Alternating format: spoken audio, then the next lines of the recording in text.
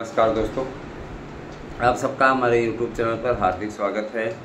लगातार जुलाई का सफ़र आगे बढ़ता जा रहा है। सरकार कहीं न कहीं आप लोगों को निराश करती जा रही है। सरकारी तंत्र के मन में किसी प्रकार का कोई कुरेदने वाला, कोई सेटिस्फाइड करने वाली बातें नहीं दिख रही। ऐसा मैं सिर्फ YouTube चैनलों के माध्यम से बोल रहा हूँ। वास्तविकता इसके इतर है। देखिए, कोई भी गवर्नमेंट जो युवा विरोधी हो, जाहिर सी बात है कुछ बहुत दिनों तक सत्ता में नहीं रह सकती है ना। तो युवाओं का महत्व हर कोई समझता है, इसलिए भर्तियों का पूरा ताना बाना बनाने के लिए कहा गया है। और यह भी स्पष्टता है, बोल दिया गया है कि परेशान होने की आवश्यकता नहीं। सभी भर्तियों की रूपरेखा तैयार हो चुकी है, भर्तियाँ होंगी। एक बड़ा विचित्र निर्णय लिया गया है शासन की ओर से। हमें आश्चर्य भी हुआ कि सेंटर आपके ज़िले में नहीं बनेंगे, अर्थात आप स्थानीय निवासी हैं उस ज़िले के, तो आपको दूसरे ज़िले में जा कर के पेपर देना होगा। चाहे वो टीजीटी पीजीटी का हो, चाहे एलटी का हो। एलटी का विज्ञापन लटकाने वाले अफसरों को चिन्हित कर लिया गया है। सरकार बहुत जल्दी उनके खिलाफ गाज गिराने वाली है। और ये भी आदेश है कि हर हाल में 31 जुलाई तक इसकी प्रक्रिया को पूर्ण कर लिया जाए, माने आवेदन स्टार्ट कर दिए जाएं। तो जिन लोगों का इंतज़ार था एलटी को लेकर के, वो इंतज़ार समाप्त होने की ओर अग्रसर है। दूसरी चीज़ देखिए दोस्तों, मैं ये देख रहा हूँ बहुत से लोगों ने, है ना, एक प्लेटफार्म बना लिया है। ये भर्ती नहीं हो रही, वो भर्ती नहीं हो रही है, और उस बारे में उनकी जो न्यूज़ रहती है फर्जी न्यूज़ रहती है, उसमें कोई दम नहीं है। हाँ, उनका थंबनेल बनेगा, जूनियर की भर्ती इतनी बम्पर आ रही है ना, इसकी भर्ती ये हो रही वो हो रही है, रहता कुछ नहीं। बाद में कहेंगे कि ये ऐसे वैसे। दोस्तों, बीएड को प्राथमिक में सम्मिलित कराने का अभियान तो हमारा चैनल चला रहा है, लेकिन आप में से कितने ऐसे हैं जो इस अभियान में हमारा साथ देने को तैयार हैं? क्योंकि आप में से बहुत से लोग साथ नहीं दे रहे हैं, और जब आप साथ नहीं देंगे तो हम भी ये सोचते हैं कि चलो यार, जब आप तैयार नहीं हैं तो हम क्यों परेशान हो भाई, हम भी अपने हिसाब से ही चलें। काहे के लिए परेशान हो?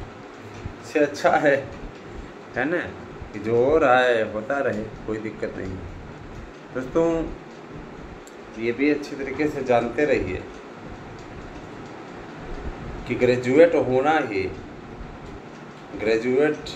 अथवा बीएड होना ही बहुत बड़ी चीज़ नहीं होती। आपके अंदर कुछ कौशल विकास के भी कार्यक्रम की जानकारी आपको रहनी चाहिए। अब जो नई पीढ़ी आ रही है उसके लिए तो कौशल विकास अनिवार्य हो गया है। नहीं, वही है जो पुरानिया बेचारे अभी तक लड़के हैं, वो कहाँ से कौशल विकास करें। अब तो कंप्यूटर भी सीख लेंगे जा कर के, तब भी उनको बाहर नौकरी नहीं मिलेगी, क्योंकि उनकी एज उतनी हो गई है। कोई भी, है ना, उस एज के लोगों को नहीं रखता। तो मैं यही आप लोगों से कहूँगा कि जो युवा वर्ग है चैनल से हमारे जुड़ा हुआ है, कौशल विकास पे विशेष ध्यान दें। जूनियर रेडर को लेकर के कहा जा रहा है मित्रों कि जूनियर रेडर की भर्ती की कट ऑफ मेरिट 69+ गई हुई है। तो आप में से अगर किसी की भी कट ऑफ मेरिट 69+ है तो आप चयनित हैं। लिस्ट बहुत जल्दी ही आने वाली है, क्योंकि कोर्ट का भी आदेश है ना। और इस पे इतना ज़रूर जान लीजिए कि थोड़ा बहुत विलम्ब अवश्य हो रहा है। 2021 की भर्ती अभी तक नहीं हुई, 24 लग गया, जबकि सब कुछ ठीक ठाक है। सिर्फ आयोग गठित न होने के चलते ऐसी स्थिति। अब चूँकि आयोग गठित है तो अध्यक्ष नहीं है, ये तो वही स्थिति है। अध्यक्ष, कार्यकारी अध्यक्ष, उनका कोई अधिकार ही नहीं होता है। नया आयोग है, सचिव नहीं है, तो बिना सचिव के काम हो कैसे? भाई, सचिव अनिवार्य होता है, सचिव का होना ही चाहिए, सचिव को होना ही चाहिए, तभी जा करके कुछ होगा ना। सचिव देखिए कौन नियुक्त होता है। अभी तो 2-3 सचिवों की बात हो रही, क्योंकि इस आयोग में 3 सचिव कम से कम होंगे और जाहिर सी बात है कि तीनों मिलकर के कार्य करेंगे, क्योंकि इतना ज़्यादा इस आयोग के ऊपर बर्डन होगा, बोझ होगा, है ना। 3 भर्ती एजेंसियों को एक में समायोजित किया गया है ना। आपका प्राथमिक भी हो गया इसी में, माध्यमिक भी हो गया इसी में, उच्चतर भी हो गया। तो जाहिर सी बात है 3 संस्थाओं को संभालने की जिम्मेदारी इस पूरे आयोग पर है, तो इतना आसान तो नहीं होगा। तो इसके लिए 3 सचिव चाहिए, हर एक के लिए 1 सचिव, प्राथमिक के लिए 1 सचिव, माध्यमिक के लिए 1 सचिव, उच्चतर के लिए 1 सचिव, जो कि अपनी भर्तियों को अच्छे तरीके से संपन्न करा सके। दूसरी चीज़, एक बड़ा मुद्दा भ्रष्टाचार को रोकना होगा मित्रों।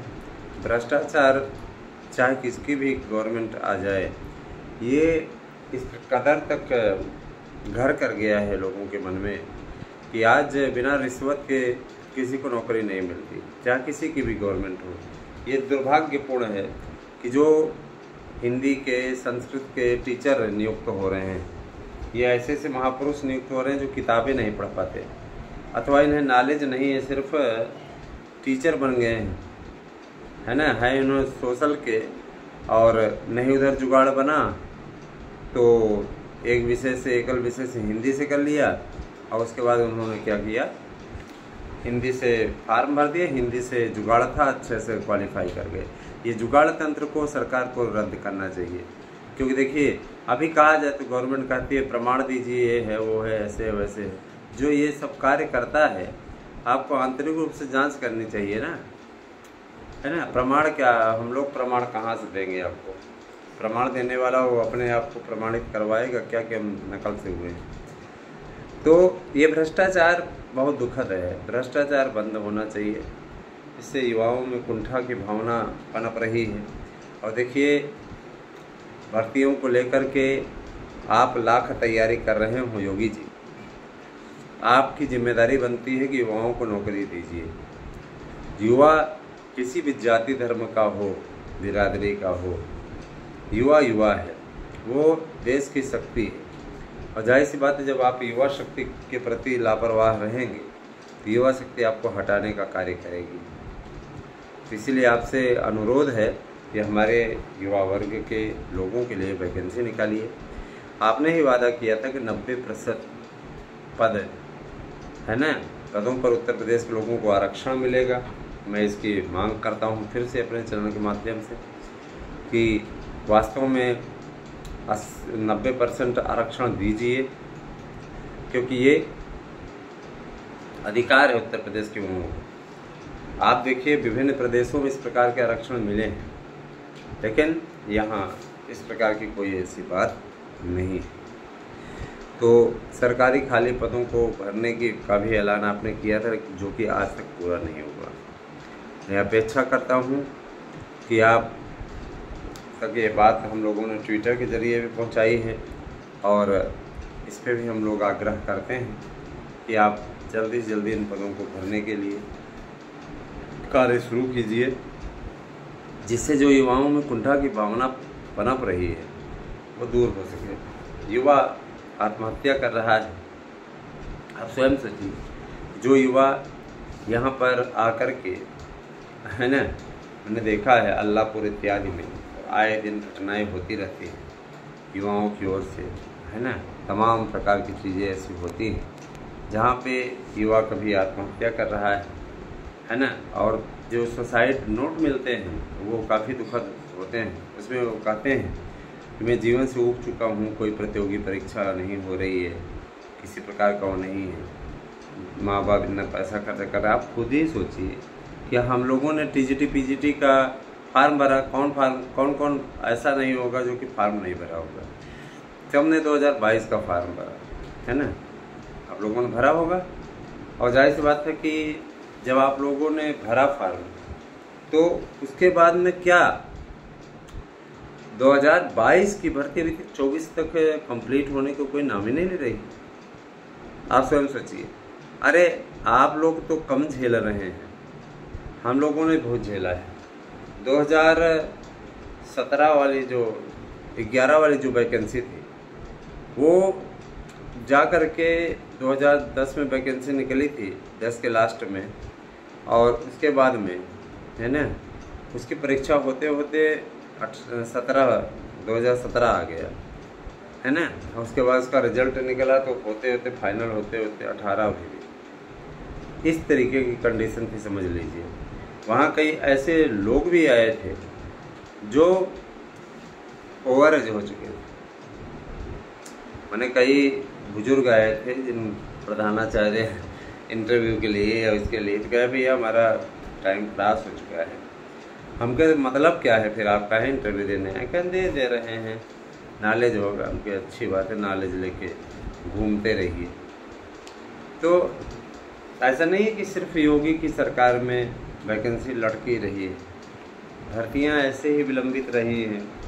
पंचवर्षीय भर्ती बन जाती थी हमेशा से ही माध्यमिक शिक्षा सेवा चयन बोर्ड की। तो अब नया आयोग बना है तो पूरा विश्वास है कि अब समयबद्ध तरीके से भर्तियां होंगी, किसी प्रकार कोई दिक्कत नहीं होगी। बने रहें दोस्तों हमारे साथ में। हमारा नोट्स लेने के लिए 8115998101 पे आपको व्हाट्सएप करना, अपना एड्रेस पिन कोड से दीजिए और अपना नोट्स बुक कीजिए।